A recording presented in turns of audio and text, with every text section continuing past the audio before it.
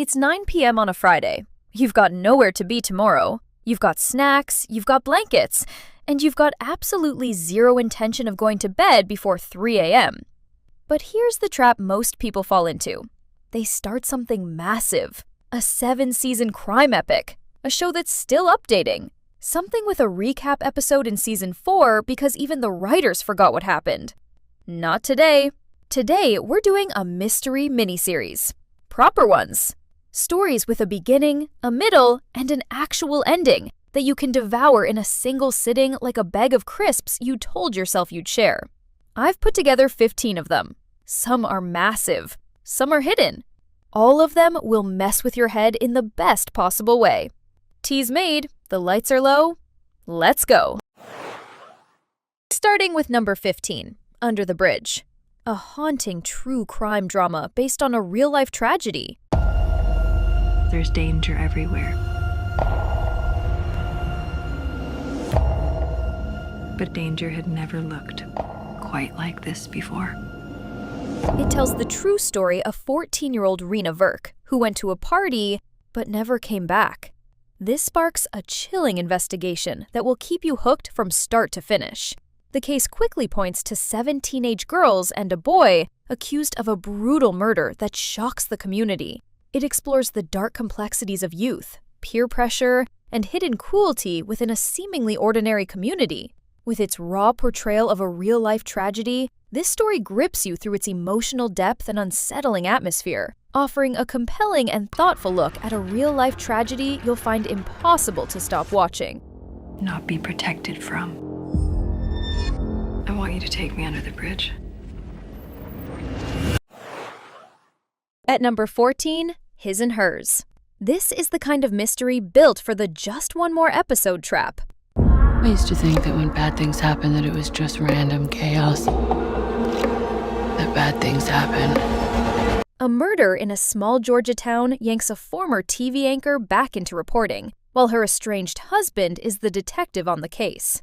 Fun is that you're constantly weighing 2 versions of the truth, what she's seeing, what he's seeing, and what both of them might be hiding. The show is not just who did it, it's who's telling it straight, which makes every conversation feel like a clue. Episodes are tight, and the show keeps sliding new information under your feet without turning into a lecture. Both leads are doing something really precise here. Every scene has 2 performances in it, what the character is saying and what their face is quietly doing underneath it. I watched the final episode with my arms crossed, jaw forward, completely unable to relax.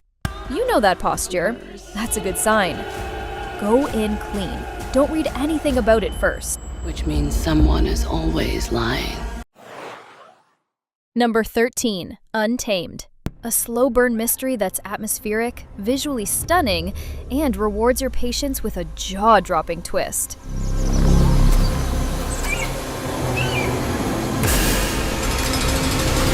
It follows Special Agent Kyle Turner as he's brought in to murder investigate of a young girl in Yosemite National Park.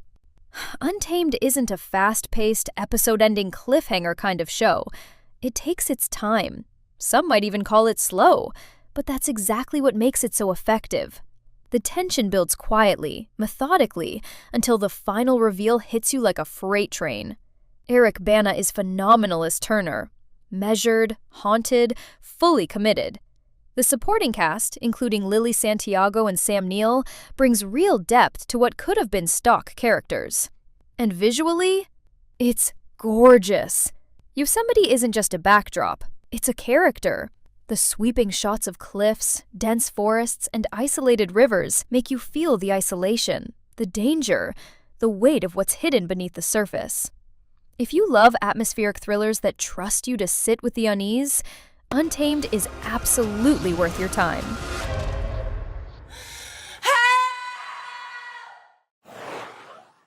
Number 12, All Her Fault.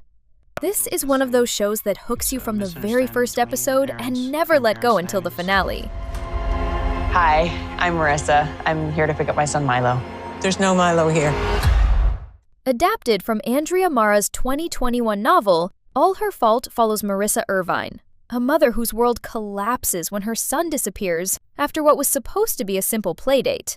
As the investigation unfolds, it becomes clear this isn't just a missing child case. Every episode peels back another layer of lies, secrets, and carefully curated facades. The tension is relentless. And Sarah Snook is absolutely devastating. You feel her desperation, paranoia, and refusal to stop fighting in every scene. This show is emotionally heavy and genuinely stressful at times, especially for parents. But that's exactly what makes it work. It has everything: gripping mystery, sharp suspense, raw emotion, and a deeply satisfying ending. Definitely one of those addictive miniseries you'll find hard to pause once you start. You know, I honestly didn't see this coming. These nice people killing each other. Coming in at number 11, Three Pines, a gripping mystery drama adapted from Louise Penny's best-selling novels. You look for good, even in the worst of humanity, don't you? And sometimes I find it too. The show follows Chief Inspector Armand Gamache, a thoughtful and intelligent detective, as he delves into the darker side of human nature. With his keen insight and empathetic nature, Gamache unravels the tangled threads of seemingly unrelated crimes, often uncovering surprising connections.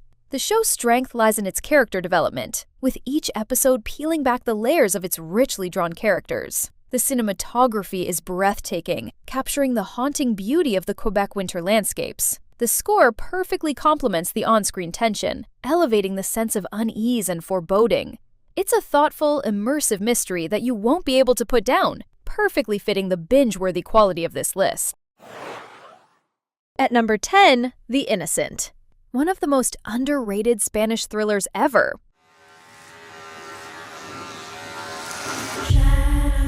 Te llamas Mateo Vidal.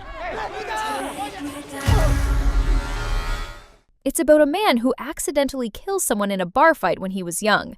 He serves his time, he rebuilds everything, he gets married, he is finally okay. And then suddenly his wife disappears, and it turns out his rebuilt life was constructed on top of something he never fully understood. And neither did she. What Coben does better than almost anyone is the moment where a twist doesn't just surprise you, it reframes something you already watched. Suddenly a scene from episode 2 means something completely different, then another one from episode 3. Then you're doing maths and realizing you never had the actual picture at all. This one moves fast, like genuinely fast. I watched it on a Tuesday. I shouldn't have. Coming in at number 9, Under the Banner of Heaven, a true crime story that's as intriguing as it is disturbing. A woman and her 15-month-old child were murdered in their home. Andrew Garfield plays a Mormon detective in 1984, investigating a brutal murder inside his own community. And here's the thing, he is a believer. A genuine, sincere, deeply committed believer. Which means this investigation isn't just professional. It is personal. It is theological. Every piece of evidence he uncovers is also a question about the thing he's built his entire life around. What makes this show remarkable is what it doesn't do. It doesn't mock faith. It doesn't use religion as a punchline. It's more complicated and more painful than that. It asks, what happens when the framework you trust is used to justify the worst thing you've ever seen? Watching Garfield sit with that, episode by episode, is genuinely devastating. 7 episodes. Give it your full attention. This could be your unforgettable watch. Number 8, Bodies, a gripping crime drama that unfolds across 4 different eras. You're not the first detective to discover this body. It follows 4 detectives separated by time but connected by fate, who discover the same murder victim in Whitechapel. As they dig deeper, it becomes clear their investigations are tangled in a conspiracy that stretches over 150 years. The story's unique timeline structure and the rising tension of secrets unraveling in parallel make the mystery incredibly addictive and thought-provoking. This layered narrative keeps you hooked from start to finish, blending history and suspense with smart psychological stakes. Bodies is a must-watch miniseries guaranteed to keep you glued to the screen until the very end. It's going to blow your mind.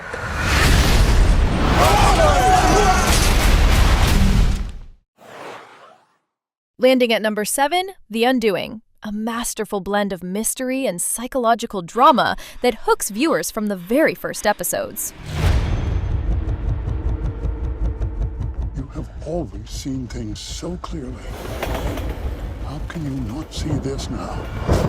The story follows a wealthy New York therapist whose seemingly perfect life shatters when a murder case entangles her and her family. As suspicion grows, secrets begin to unravel, turning everyone close to her into potential suspects. The confined, high society setting amps up the pressure, driving intense tension and emotional stakes. The show boasts an impressive cast, including Nicole Kidman, Hugh Grant, and Donald Sutherland, who deliver outstanding performances that will keep you invested in their characters' complex lives. With its intricate twists and deeply layered suspense, this miniseries is truly addicting, a perfect example of a gripping mystery that you won't be able to pause or put down until the final reveal. Exactly how weak do you think I am? Counting down to number 6, And Then There Were None, a gripping TV adaptation of one of Agatha Christie's finest works. Mrs. Owen's expecting a lot of guests. Good afternoon! Welcome to Soldier Island. 10 strangers find themselves invited to a remote island off the Devon coast, each hiding secrets from their past. One by one, they start to die under suspicious circumstances, and paranoia spreads like wildfire. Trapped with nowhere to turn, the survivors must uncover who among them is orchestrating the deadly game. The story thrives on its tight, isolated setting and the psychological tension that builds as trust erodes.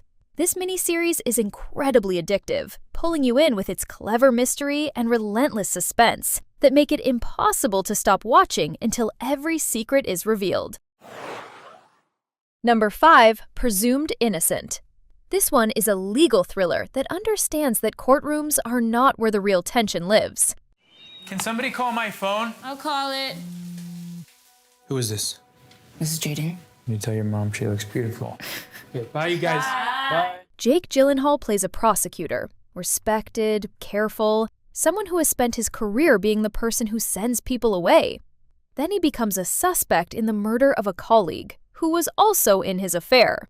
Now, here's what makes this version better than the Harrison Ford film. It has the space to go somewhere the film couldn't. 8 episodes means we're not just watching a trial. We're watching a marriage absorb an impossible amount of damage, and we're watching 2 people decide slowly what they're willing to do with the truth.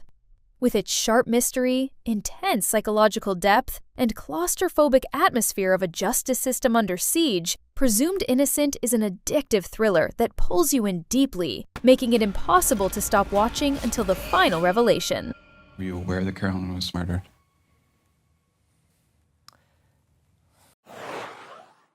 Coming in at number 4, Blackbird, the most criminally underrated true crime mystery series ever. Dad, tell me there's a way out of this. Not a quick one. It follows Jimmy Keene, sentenced to 10 years in a minimum security prison. To shorten his time, he signs a deal with the FBI. His task is to befriend a man suspected of killing up to 18 women, get him to confess, on the record, usable in court, before his appeal succeeds and he walks free. Paul Walter Hauser plays the suspect, and I've thought a lot about how to describe what he does in this, and the closest I can get is this. He is the most frightening person you will ever watch who never once raises his voice. This is based on a true story. I'd forgotten that halfway through. Then I remembered, and everything got worse. Ray Liotta plays Egerton's father, one of his final roles. He is heartbreaking in it. 6 episodes. Every conversation is doing 2 things at once. Every scene has a surface and an underneath. I started it on a Saturday afternoon, thinking I'd do 2 episodes. I finished it that night. I lay awake. I thought about it the next day. That's what the best television does. It doesn't stay on the screen. It follows you. At number 3, Sharp Objects. This is not a show you watch. This is a show that watches you back. Amy Adams plays a journalist who goes home, back to the small Missouri town she left, to cover the murders of 2 young girls. And the minute she arrives, something in her starts loosening. Something she'd spent a long time holding very tightly together. The murder investigation is real. The mystery is real. But what this show is actually about is a woman and her mother, Patricia Clarkson, doing something I still don't fully have language for, and the specific, suffocating damage that certain kinds of love do to a person over a lifetime. Gillian Flynn wrote this. She wrote the novel, she wrote the show, and it feels like a singular vision from the first frame to the last. 8 episodes. Slow, beautiful, genuinely disturbing. Do not watch this one expecting resolution. Watch it expecting to feel something you can't quite name that stays with you for several days. The final image of this series lives in my head. Still, even now. Here comes the number 2, The Night Of. I'll say this plainly. The Night Of is one of the best things ever made for television. I don't have qualifiers on that. I want to tell you something, and it's the most important thing you'll ever hear in your entire life. Riz Ahmed plays a Pakistani-American college student in New York. A quiet, ordinary kid who borrows his dad's cab one night, picks up a woman, goes back to her place, and wakes up in the morning next to a murder. He has no memory of committing it. What happens next is not a thriller about figuring out what happened. It's something slower and more devastating than that. It's about what the machinery of justice does to a person before anyone has even proven anything. Riz Ahmed's physical transformation over 8 episodes is some of the most committed work I've ever seen. He doesn't play trauma. He builds it, frame by frame, episode by episode, until by the end, the person you're watching barely resembles who you met in episode 1. If you haven't seen this, I'm genuinely a little envious of you. You get to watch it for the first time. And finally, at number 1, Mare of Easttown. Here's the thing about Mare of Easttown. The mystery is excellent. But the mystery is not the reason this show became a phenomenon. You get this son of a bitch. Because if you don't, I'll kill him myself. Kate Winslet plays Mare Sheehan, a detective in a small Pennsylvania town investigating a teenage girl's murder, while her own life is, to put it charitably, completely falling apart. Her family is fractured, her reputation is damaged, and Kate Winslet plays all of it without a single vanity beat. There's no shot where she looks glamorous. There's no scene where the brilliant detective gets to feel brilliant. She is a specific, tired, stubborn, deeply lovable mess of a person. And watching her inch toward the truth while absolutely refusing to deal with her own life is one of the great pleasures in recent television. And this is why it's number 1. Not because it's the flashiest, or the most plot-heavy, or the most formally ambitious, but because it's the most human. Because Mare Sheehan is a person. A real, flawed, recognizable person. And by the end of 7 episodes, you care about her in a way that has nothing to do with the case she's solving. I've recommended this show to people who don't watch crime dramas. They always come back and say the same thing. I didn't expect to feel that much. 7 episodes. Unhurried. Confident. Clear your afternoon. This one deserves your full attention. 15 shows. All of them complete. All of worth it. Some of them will be a great Friday night. Some of them will quietly ruin your Sunday. Mare of Easttown will make you feel things about a fictional Pennsylvania detective that you were not prepared to feel. I warned you. If you've seen any of these already, or if there's a mystery miniseries that destroyed your sleep schedule and didn't make the list, drop it in the comments. I read them. I'm always looking. Like the video if this helped. Subscribe if you want more lists like this. And honestly, go watch something. It's too nice a night to be reasonable about bedtime.